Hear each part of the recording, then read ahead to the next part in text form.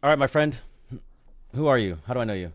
All right, how you doing? My name is Andy Partida. I am in the Better Life Tribe. I am a 34-year-old electrical technician for entertainment. Do concerts and festivals. I travel coast to coast, sometimes other countries, and that's my W-2 job. It's pretty busy W-2 job, but I've been trying to get into real estate now, or at least learning about it for the last year.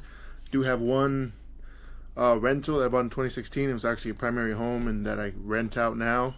I live in it slash rent it out a little bit, so I'm trying to get into more single family and other properties, and trying to get into the real estate game, and minimize the amount of traveling and other fun stuff I do. Yeah. Well, it's easy.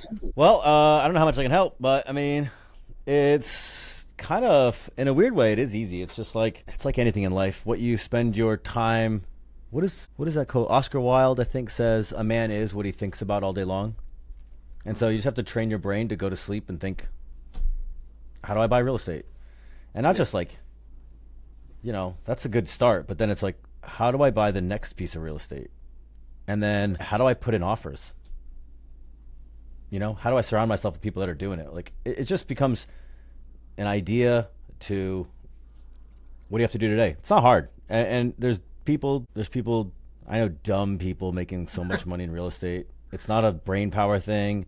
It's not even a work horse thing. It's not even a labor thing. I mean, working hard helps and being smart helps.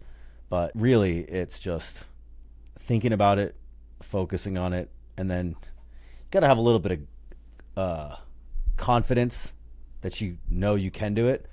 And then you got to have a little bit of balls yeah, because at the end of the day, most people, they get into this analysis paralysis. They get into this like, well, they're just scared. So you got to have a little bit of courage. But yeah, if you have those four things: reasonable intelligence, reasonable work ethic, reasonable confidence, and a little bit of courage, clean up. yeah. Great. Yeah, that's awesome. And that's what I've been diving in as much learning as I can since maybe the last 8 months, and nothing but podcasts and audiobooks, and just trying to consume as much information to see what my first few steps are to put myself in a position to if someone gave me money to invest, I still wouldn't have all the right systems and things in place.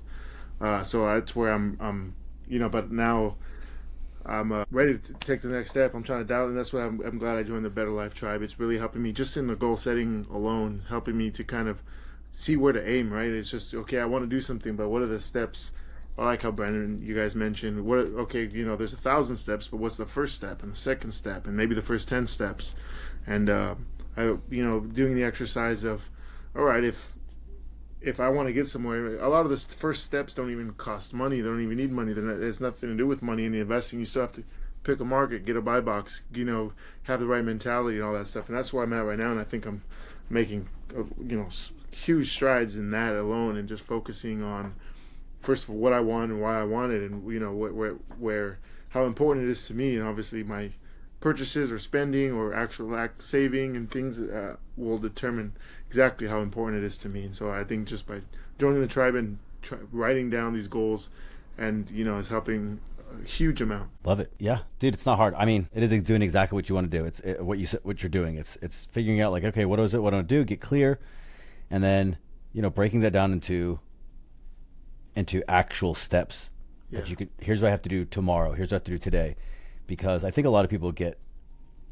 Dopamine is a dangerous drug, and you listen to a podcast, you're like, yo, I feel good. I'm gonna buy real estate, and then you wait till next week's episode, and then you get the yeah, high again. yeah, None of that makes money. yeah, So it's really important to make sure that the dopamine is coming from action, from the execution. yeah, But absolutely. if as long as you can kind of, which is what you said, you're like, hey, I'm trying to get narrow, get focused, get clear, and get tactical. Then it's just a matter of time. It's not an if, it's just a when, and maybe how big.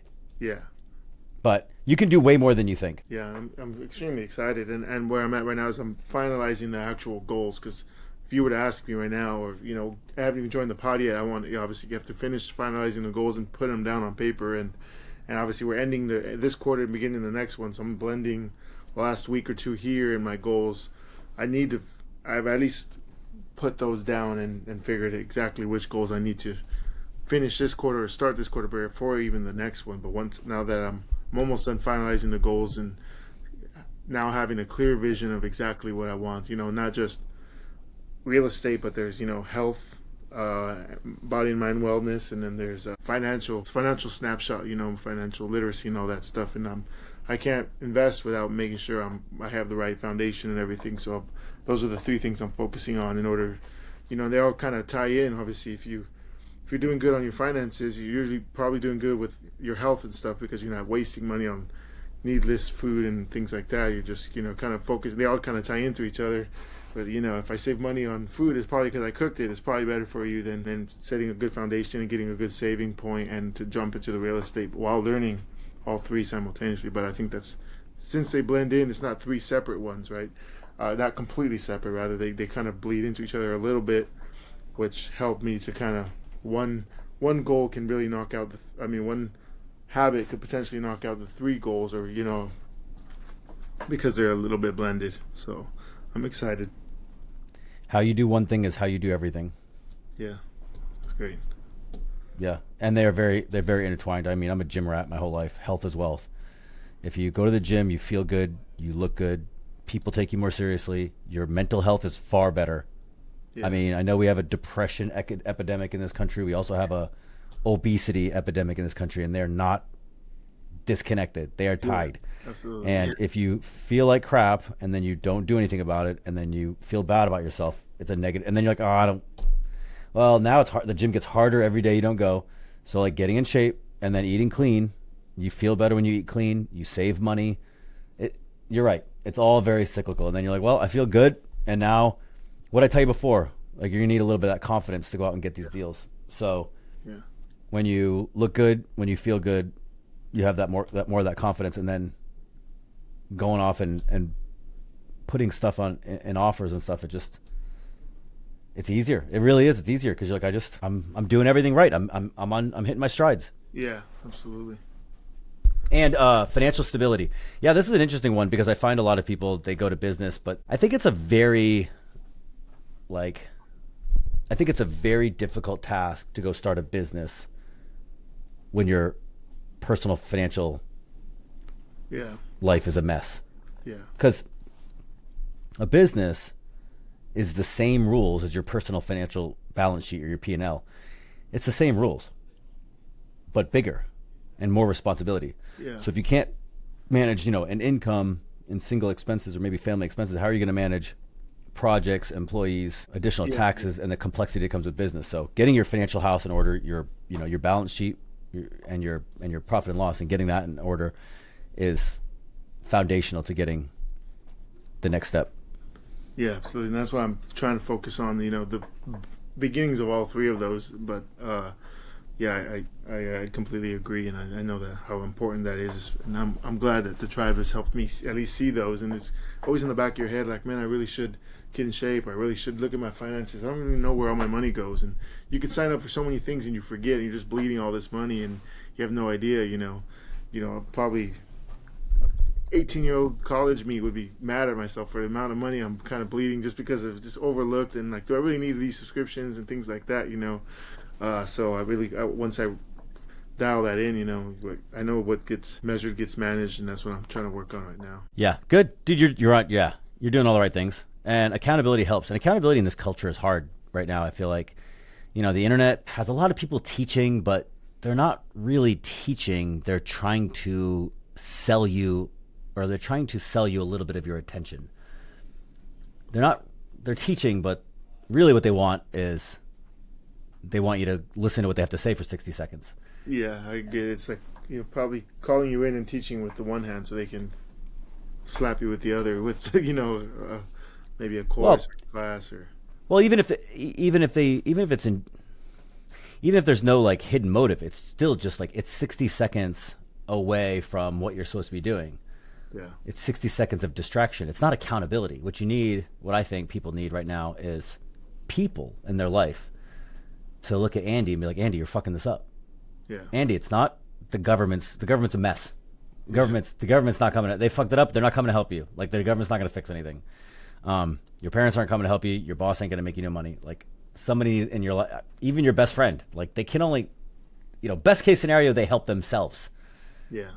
and they, you know what I mean? Like, but nobody's coming to dump money in your bank account. Yeah, Never. exactly. Yeah. And so, but you need people around to be like, hey, I like you. We're friends. I know you. I believe in you. I know you have potential, and you are wasting it. Yeah. You need to get your shit together. And I'm not going to put up with the excuses. And those are hard people to find, but that's the goal of the tribe, is to put yourself around people that are accountable. Not just that you can like riff off and like brag about like, here are my goals, but like, hey, why didn't you hit those? We're not here to make you feel good about yourself. Like you gotta work. Yeah, absolutely. When I first joined, I didn't consider the pod as a selling point, or as I'm like, oh, that's probably not for me. I don't really need to chat, or I know I need to network with people, but I was thinking more of okay, I need to meet people in order to progress. But as I started to write my goals down and stuff, like I don't have really anybody. Yeah, of course, they're like, oh, this is a great guy. I have friends who admire me and uplift me. Like, yeah, but you're right. They don't hold me accountable, and they don't a little bit of that tough love, or the like, oh, why didn't you go on your run, or why didn't you go to the gym, or instead they're like, hey, do you want? They're not trying to drag me down, but they're, for lack of a better word, distractions at some point. And so I think I'm excited for the pod. I'm excited to finish my goals, to join a pod, so I can have people to hold me accountable for those types of things. And I think it's a huge portion of the pod, not just networking on the business sense, but networking on the personal advancement and the accountability. There's been a few times in my life where I've had people who I wanted to be friends with. They're so nice, right? And they're protective of your feelings sometimes, which is fine, but sometimes to our own detriment. But there's been a few times in my life where people, I could tell they stopped being my friend because I was not growing fast enough. That's the best accountability. I still don't talk to these folks, right? They outgrew me. Yeah. And that's the best accountability, is knowing that, sorry, it's not the best accountability, but it was a wake-up call to know that, hey, there's friends that were around and you didn't do what you were supposed to do. And so therefore they left you in the dust. Yeah. I don't want all of those friends. I want some of those friends. But what I don't want are the friends that always tell me I'm doing a great job. Yeah, that's true. You want friends that, well, you want a diverse set of friends, but at least you want some people in your life that you're like, I have to live up to something to be around these people, because they don't hang out with losers. Yeah. And I'm always at risk of being a loser if I don't work, if I don't try, if I don't set big goals. So I'm definitely an extreme sort of position on this. So like, I don't want you to be like, yo, this is too much. No. Like It's a good perspective. It's a great perspective on that. Like, it's great, of course, for admiration and friends. But like, oh, Andy, he has a home, he has a good job, he travels, he's not paycheck to paycheck. But you also need those, that are always need friends that are up one level. I mean, friends. I think the first time I started saving before I bought this home, I remember seeing a friend's bank account in passing. I'm like, we have the same job. How is he doing that much better than me? We work. Bro, I love that. Tell me. And it wasn't even a lot. I was 21. He had 8,000. I've never had 1,000 in my bank account. And I was like, how does he have 8,000? We have the same job. I'm like, I must not be working hard enough, or I must not be saving. And I worked harder. I worked more. And I was like, then I started, and then I had like 15,000 up for a down payment on this house. And it's great to see that. And I wasn't jealous of him. I wasn't upset at him. He's still one of my best friend. And I was just seeing that. I'm like, I'm doing something where I need to level up. And yeah, there's friends who don't have any money, that live paycheck to paycheck, that buy Starbucks every day and eat all their food out and stuff. And then that's fine. They're still my friends as well. But I'm glad I still have the next level of friends that can pull me up. And then I've surpassed some of those friends, and that's great. And you hopefully meet others and still keep within your circle of friends different tiers of success, which is healthy, to kind of compare yourself to, in a healthy way, compare yourself to. But yeah, I remember seeing that, and then that's what pushed me to the next level. Then I have a friend that gets, oh, you have a home? Oh, you just bought a rental home? Okay, well, how do I get there? What do I need to do? Like, we have similar, we spend the same, or, yeah, maybe I need to go on less vacations now because I want to rent a home, so. Dude, you got a great attitude. That's so good. Yeah, because a lot of people, they get mad. A lot of people get jealous. And, instead you just said like, okay, well, why not me? Or not even why not me? Like, how come not me? Yeah. How can I get there? How can I get there too? Yeah. How do I do that? We are in the same boat, and then maybe I surpass you and you're like, wow, look what he's doing. And just not long ago, he was just here and now he's above, he's getting success, I want to be there. It's mutual, I think, and with a good group of friends. And so I do want to get a pot of friends that are, because everybody seemingly is going to be ahead of me by leaps and bounds on the real estate game, and they already have the foundation of into motion on a lot of stuff and make multiple deals. And I see, obviously, you see all kinds of people like, wow, they're doing so much so fast. And again, I don't get jealous. I'm like, that means it can be done. That means it can be done, and that means I can do it. My mom and I were talking last night, and she said, how do you guys go on these hikes? My fiance, her mom, her dad, and her brother and I all went and hiked 170 miles in Spain on this pilgrimage in 14 days. And she's like, yeah, they're not athletes, right? But we did it. And, it seems like so much. She's like, I could never do that. And I was like, not with that attitude. Yeah, exactly. Yeah. And, I know that's so cliche, but I said, look, here's the deal. You hike like 12 miles a day on average, which is like, a lot. But then if you start breaking it down, it's, I don't know what it is. It's 6 or 7 hours of hiking. So you wake up at 7 a.m., you hike for a couple hours, and then you have the afternoon off. Yeah. And then you're just like lounging around, hanging out, recovering. Is it hard? Yeah, it's hard. Is it impossible? Far from impossible. Yeah. But it's kind of what you just said about real estate. You're like, how do you have this house? How do you have 8 houses? How do you have 100-unit apartment? These big tasks that are seemingly impossible. And if you say, like a lot of people do, and they say, I could never. It's like, well, I mean, then okay. Yeah, then you can't. You're right. But if you just start breaking that down and you go like, well, I mean, if you wanted to buy a 100-unit apartment complex, and you find a deal. There's an apartment complex. You talk to a broker. It costs this amount of money. That guy has all that money. That's a property manager who manages 100-unit apartment complexes. Can I just get them all to like work together? Is it? Yeah. I mean, it's not much more complicated than that. Yeah. How do you buy a rental house? You're like, I could never buy a rental. I don't have the money. And I'm like, how much do you need? Yeah. How do you know? Before you say you can't do something, how much do you need? Yeah. It turns out you can sell or finance it. You don't need any. Yeah. Yeah. So I love your attitude about that. Yeah, appreciate it. I'm excited. Again, this mental clarity over the past, this quarter or the last couple months, and just having some sort of a vision. Now I don't even listen to music on my. I look forward to I have long drives of work and things like that. 5 hours, 7 hours. I'm like, 7-hour drive. How much of this book I can finish, or how many episodes I can do, and I even in shower, and which is great. Which to want to, like, I know that I'm excited for it, and it's a good thing, and I'm learning, and it's healthy, because I have a 7-hour drive ahead of me at 3 a.m, and I'm not falling asleep listening to Brandon or someone on a podcast. I'm like, I'm not falling asleep at 3 a.m. driving for 7 hours straight. I'm just consuming as much as I can. So it's great to have this level of excitement for it as well. Love it. Easy. Are you going to Denver? I'm not, unfortunately. I have my this festival stuff is I'm booked all the way until mid-May, unfortunately. Yeah.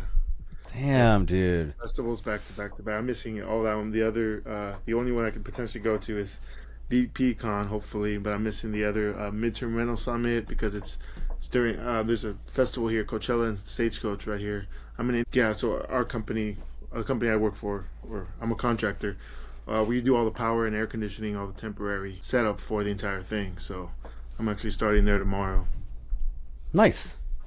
Yeah. Yeah. I mean, the conference has changed my life, so yeah. I always try to encourage people to go, but there's a lot of them. I would love to. I've been trying to now. I'm scaling back on the traveling and the work this year, and opening up at least the last quarter and the last 4 months of the year to just focus on as much real estate, any conference or meetups. I can't even do local meetups because I'm doing 90-hour work weeks in different locations, driving and stuff. So I can't. And I mean, I haven't done enough of my even networking online with people, or just trying to meet people. So I know I can ramp that up and try to get and that's what this call also was, just trying to first start connecting with people, and in whatever degree. It doesn't whatever I can offer, whatever, even a conversation, and then as work my way up and hopefully get to a meetup, but at least start to connect with people. Yeah, you're gonna do great, dude. You're gonna do great. It's just reps. Yeah. It's just reps. Also, Yeah, I mean, I'm super guilty of this, and I've found ways to make it profitable. But the reality is, it's like we got to get you putting in offers, or like whatever it is your goal is. We got to get you to take the action that creates revenue. Otherwise, you end up kind of like me. And again, I've been very fortunate. I go to a lot of conferences. They're not always profitable. Yeah. In the long run, they are, but I end up finding myself doing much more socializing than Yeah, revenue generating. So like there's definitely a trap there. Yeah. So I mean, networking will I'm a power networker. It is very hard to monetize.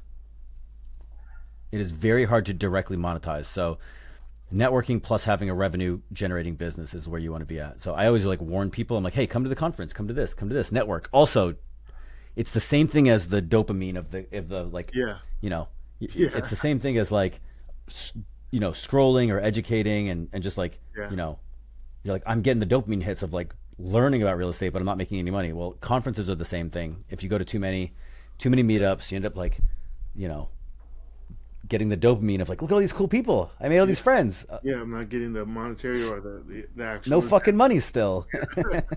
Yeah. So now again, you know, you can do both. It's just I just want to make sure that I encourage you to focus on the most important part, which is if you're here to buy real estate, whatever that is, like make sure we do revenue generating activities. Great. Yeah. That's and then that's with the W-2 job. Like, or this, I'm a contractor for them, so I just travel. I choose work, but I'm trying to get it all in, so that way I have a financial runway to then take the last 4 or 5 months off and focus and make calls, look for deals, find stuff, and hopefully maybe JV with somebody that I've networked with that actually, I don't know the market, but you seem to, and I'm willing to do a partner and even just learn the ropes of said whatever strategy or market, and then go from there. Because then next time, but I have the financial runway to take this time off and to invest and you know, try to progress. I don't need to learn all the secrets overnight, even though I'm learning as much as I can to even understand and hold a conversation about it.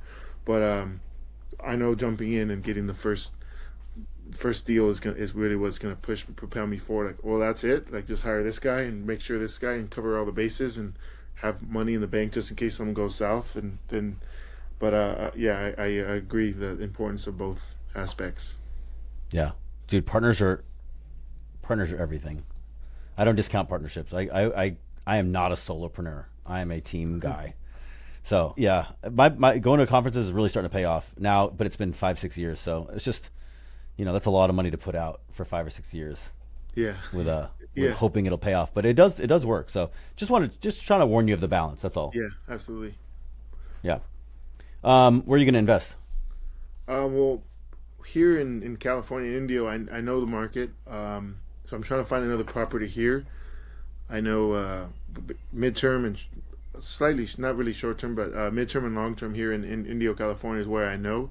Because where I live, I rent this out, and I have, you know, a competitive edge definitely, because I know who comes in, who comes out, the amount of people, and I can guarantee my company will rent out the rooms for at least the technicians we house, you know, for these events. So yeah, maybe it's only 6 or 8 weeks of the year, but it's higher income than I would otherwise, and it's a guarantee, definitely a guarantee for that. So it kind of gives me a little bit of edge. Whereas if another month is slow or low, I have to have that to balance it out, you know, before I jump into another market. And so this is where I want to invest to start. Easy. Well, yeah, I mean, to me, it's simple. Right now, it's just, can you talk to wholesalers? How do you meet all the wholesalers? And I'm sure there's a Facebook group. I'm sure there's meetups. I mean, I know you don't have time, but like, you know, that's easy. It's just, okay, how many deals can you analyze? Yeah. And then, which means if you can analyze X amount of deals, you can put in this amount of offers, and if you can put in this amount of offers, you'll get one. It's just, it's like the gym. It's like, dude, it is possible. I see it happen, but for the most part, if you go to the fucking gym and you do it long term, you will succeed. Yeah. Not everybody does, but if you put in the right effort and you do it long term, it'll work. I mean, it'll work. So same thing. Put in offers, you'll get some. Appreciate it. Now, is there anything you recommend for the pod? You know, once I get the goals in and I get into, the Better Life Tribe, of anything I should be really tapping into, I'm gonna finish the goals and get in a pod and get some accountability going and start the habits and everything. But I know there's a lot in the vault there and a lot of courses and stuff as well. No, we do. I do Tribe Talk once a week. I really like Tribe Talk. That's just it's networking, right? Yeah. There is there's the Circle community, which you can go in there and chat, and then there's some private WhatsApp groups.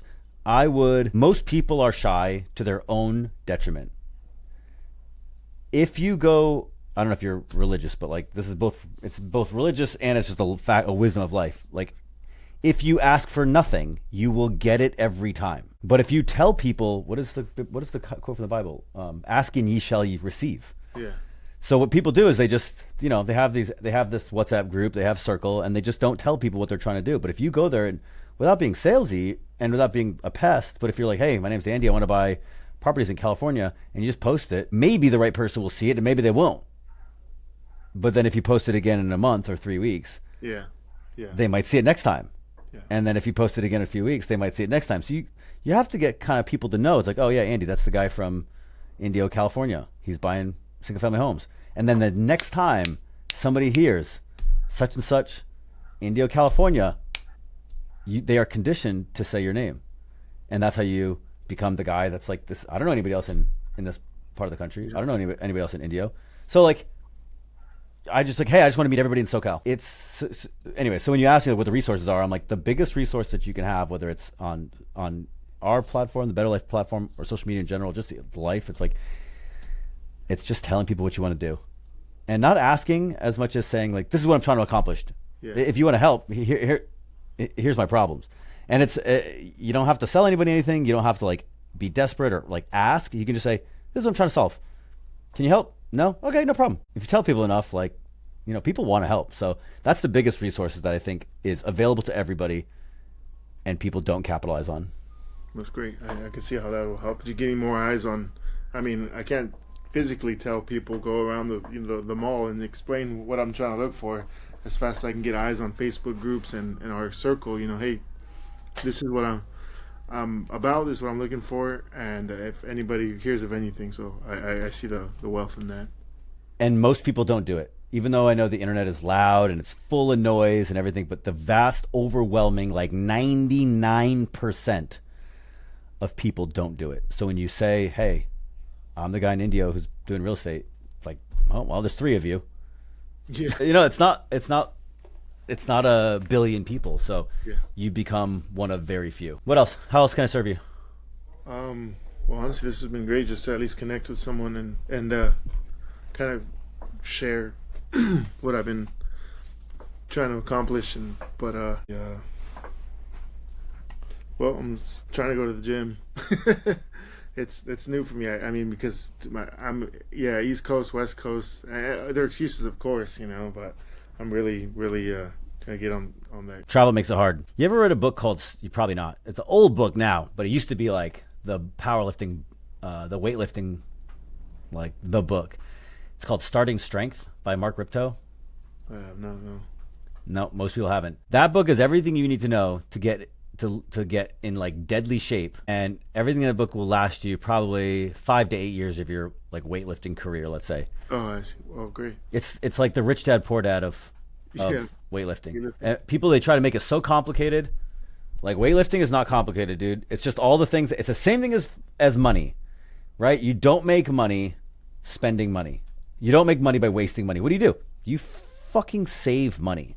Yeah. And you invest it wisely. And so it's just hard and annoying. And so the gym is the same way. It's, you got to go. You got to lift heavy weights. You got to do the fucking squats and deadlifts that you don't want to do. And you got to go pretty consistently. If you can do that, maybe that's good. If you can do a little bit more advanced than that, sky's the limit. You don't need to go. But people, they make it so complicated with their crazy diets and their weird workout plans and their it's simple. I'm going to go to the gym today. I'm going to do squats. It's the oldest workout in the book. It's just squats. They're just miserable. Yeah, I'll look that up. You said starting with strength or starting strength? It's called Starting Strength. Mark Ripto. Yep. Published in 2005. Back in my day, it was like the hotness. Now it's just some dude's 20-year-old book. Yeah, yep. That's great. I appreciate you taking the time.